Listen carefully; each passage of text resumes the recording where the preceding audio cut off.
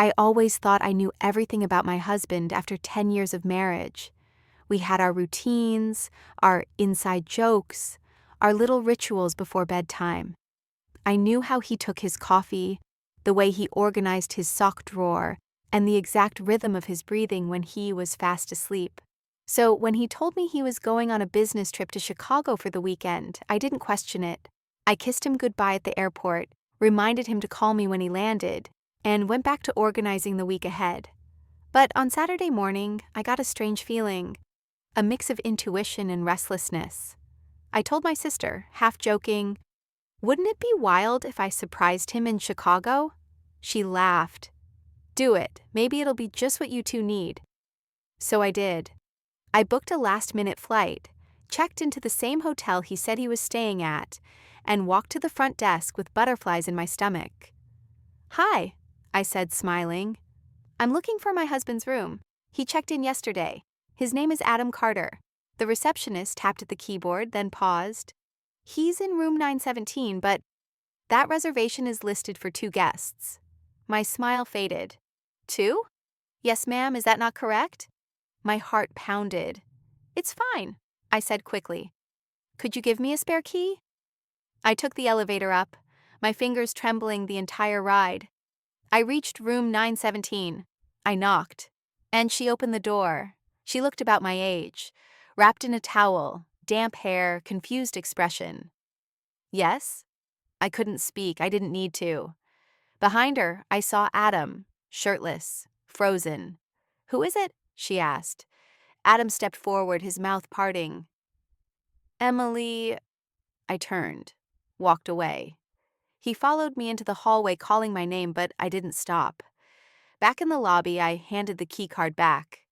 "Change of plans," I whispered. I booked another hotel that night, somewhere far away. He called me 17 times. I didn't answer. The next morning, I texted him one sentence.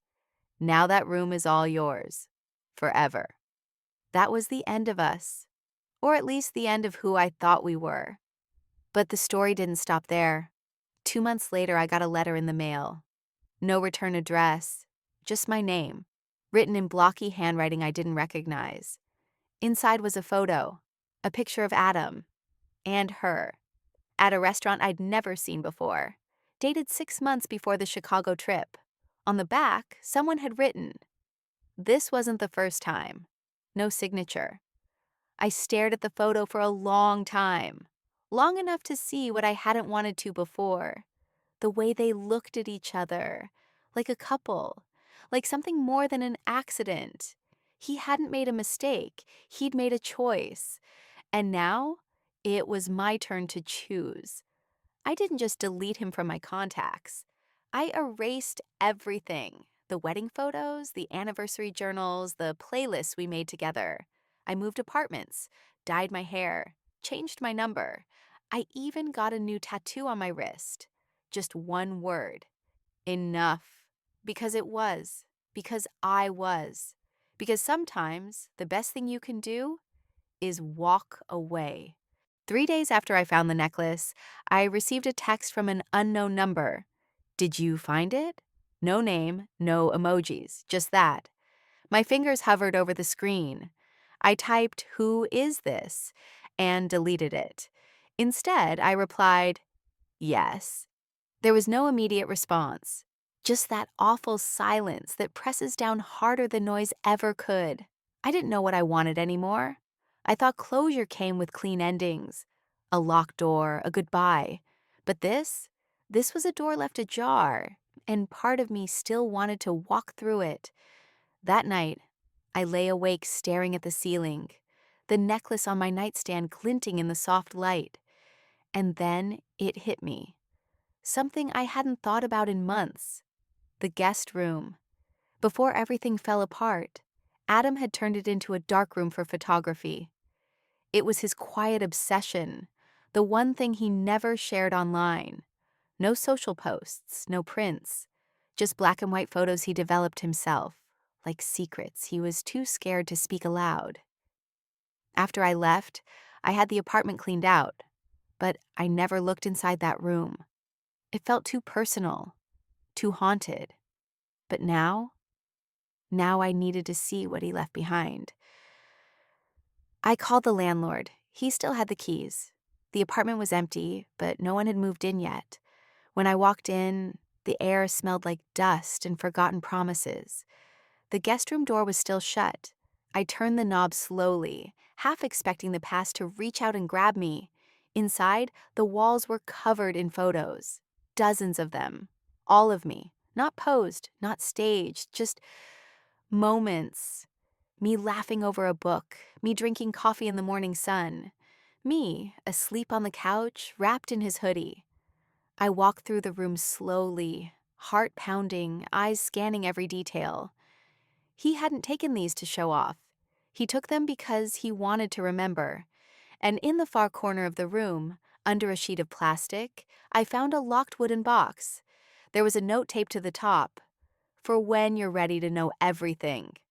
I didn't hesitate. The key was taped underneath. Inside the box were 3 things. 1, a passport. 2, a photograph. 3rd, a letter. The passport wasn't his. It belonged to someone named Daniel Rains. But the photo? It was him. Younger, with a different haircut, different clothes. A woman beside him I didn't recognize. And a baby in her arms. The letter explained everything. "Sarah, you always said I held part of myself back. You were right. Before I met you, I lived another life. I had a different name, a different partner, and a child. I was in witness protection. I testified against someone dangerous, and they gave me a new identity. Everything after that was supposed to be clean, safe, erased.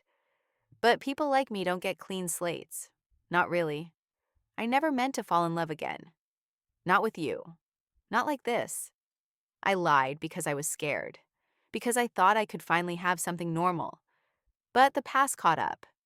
You weren't supposed to get hurt. If you're reading this, it's because you deserve the truth, even if it breaks us both. His name is Jacob. He's my son. He doesn't know I exist anymore. And you're the only person who's ever made me feel like I belong to this world again. I'm sorry I didn't tell you sooner. I love you. Always. Adam." I sat in that room for hours. Not crying, not screaming, just breathing. Everything I knew about him had cracked open. He was a liar, a survivor, a father, and still somehow the man who made me feel safest when he held my hand. I took one of the photos off the wall, the one where I was looking right at the camera, smiling like I had no idea what was coming. That version of me is gone. But maybe, just maybe, I'm ready to become someone new, someone who knows the truth and still dares to move forward. The morning after I read the letter, I called in sick to work. Not because I was falling apart. No, I'd already done that. Because I had a name. Jacob, Adam's son. A living piece of his past.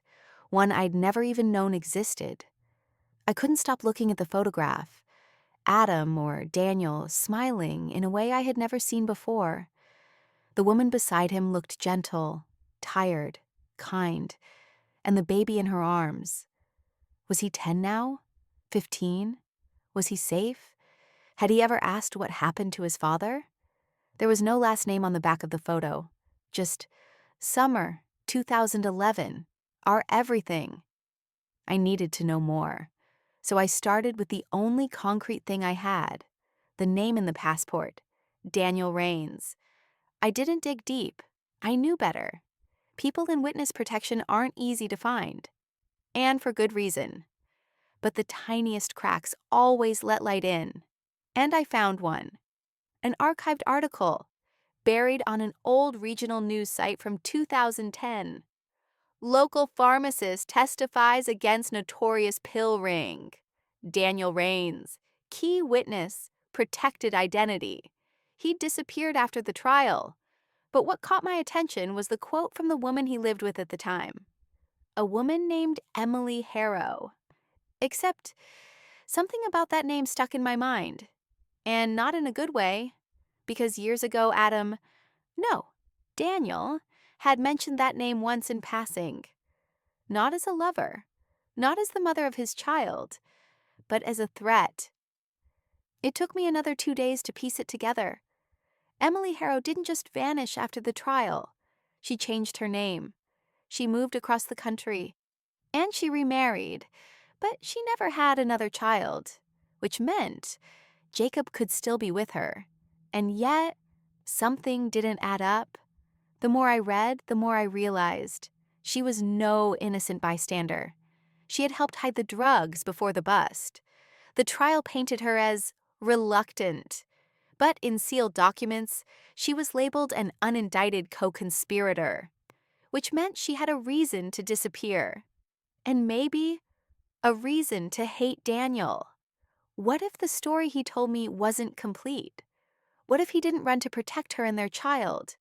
What if he ran from her? That night, I had the dream again. Only this time, I wasn't alone in the guest room. Someone was watching me, breathing just out of sight. I woke up gasping, sweat-soaked, reaching for the necklace like it could still protect me. And that's when I noticed the photo was missing. The one from the box. Gone. Just a tack left on the wall. And under it, in handwriting I didn't recognize. "Some ghosts don't want to be found." I stood frozen in the dark. Someone had been in my apartment. And they took that photo. Not the letter, not the passport, just the one piece of proof that Jacob and the woman once named Emily were real. The past wasn't finished with me yet, and I was done waiting. I didn't tell anyone I was leaving. No notes, no texts. Just packed a weekend bag, printed out everything I had, and got in the car. The last breadcrumb was a property record. Wren Road, Vermont.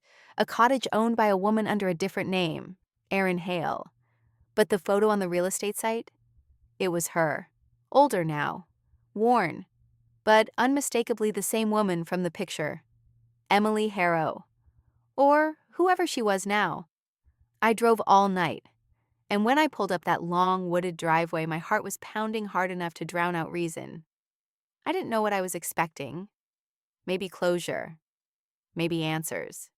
But not him. Because when the front door opened, it wasn't just her. It was a teenage boy. Tall. Awkward. Brown hair. Eyes like mine. He looked at me and hesitated. "Are you Sarah?" I nodded, my voice gone. He stepped aside and said, "She told me you might come." Inside, everything was too quiet. Too neat. A small fire crackled in the fireplace. Emily, or Erin, sat in a rocking chair like she'd aged 10 years overnight. She didn't stand when I entered. She just said, "He always knew you'd come one day." I sat opposite her, my hands shaking. "You took the photo." She nodded. I had to. I didn't want Jacob asking questions. He doesn't know what happened to his father. I looked at the boy, now in the kitchen, pouring tea like it was just any ordinary day. "He deserves to know," I said quietly. She met my eyes. "That's why you're here." We talked for hours. About Daniel, about the trial, about how their love had frayed under fear and guilt and secrets. She had been pregnant when the house was raided. She said she'd begged Daniel to run with her, but he didn't. He chose to disappear. For her. For the baby. For me. Because if he had stayed, he would have been killed, and he knew it. So he left behind everything, including me. But not out of hate, out of hope that we'd never have to live looking over our shoulders. And somehow, we still did. That night, I sat on the guest bed in the little cottage, staring at the ceiling. So many truths had surfaced, too many to hold at once. Jacob knocked softly, then stepped inside. "I read the letter," he said. "The one you brought." I waited. He smiled faintly. He sounded good, like someone I wish I could have known. I handed him the necklace. "He would have wanted you to have this." He looked at it for a long time, then said, You know, I think he was trying to protect both of us. I nodded, and maybe that was enough. When I got back home, the guest room felt different. Not haunted, not empty, just quiet. And when I put a new photo in the frame, one of me, Jacob, and Emily on the porch that afternoon, I felt something lift from the air. Some stories never get the endings we want. But if we're lucky, they give us a new beginning.